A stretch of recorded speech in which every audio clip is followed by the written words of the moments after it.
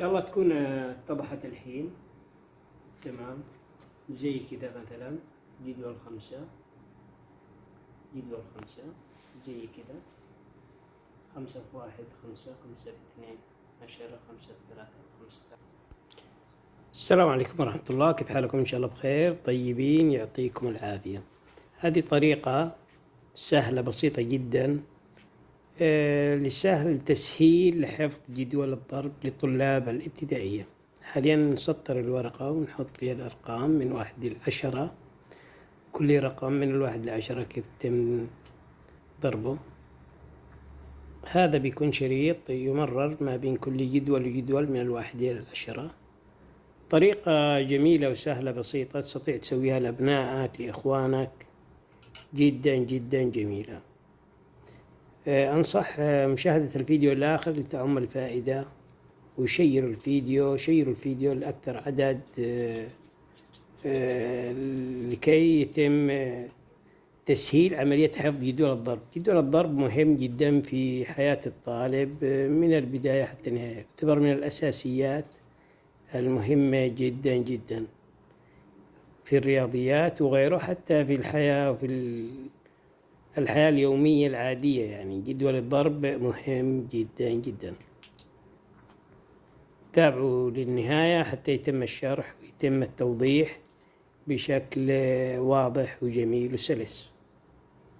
الحين تم الاكتمال من الشريط، بيتم التمرير، بيتم التوضيح كيف يسهل للطالب وتبسيطه جدا لعملية حفظ كل جدول على حدة بنفس الورقة. كل الجدول من 1 إلى 10 بورقة واحدة. هذا تفيض لحفظ سهولة حفظ جدول الضرب.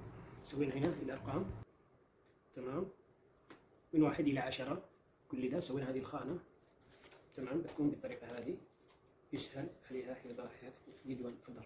بالتمرير نرجع على الرقم 1، تمام، 1 في 1 1 1 في 2 2 1.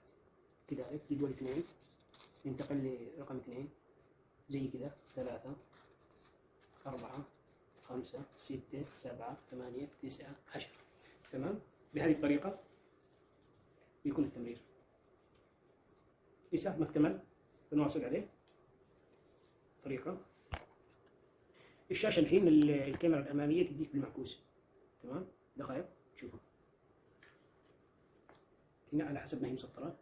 1 في 1 هنا 1، هنا 2، هنا 3، هنا 4، هنا 5، هنا 6، هنا 7، هنا 8، هنا 9، هنا 10 زي كده. طبعا الشاشة التصوير تمام، ان شاء الله يكون واضح، تمام. نجي فرضا على جدول رقم 3، 1 3 3 3 في 1 3 3 في 2 6 3 في 3 9 3 في 4 12 3 في 5 15. يكون نفس الطريقة هذه، وكل ما يمشي كده كده، تمام. إن شاء الله الفكرة وصلت، تعم الفائدة. تحياتي لكم، تمام. بنلون الإطار هذا بلون بحيث إنه يكسر اللون تبع هذه عشان يكون أوضح. شاركوا إن شاء الله تكون اتضحت الحين، تمام. زي كذا مثلا جدول 5، جدول 5 زي كذا 5 في 1 5 5 في 2 10 5 في 3 15، تمام. زي كذا جدول 4، تمام.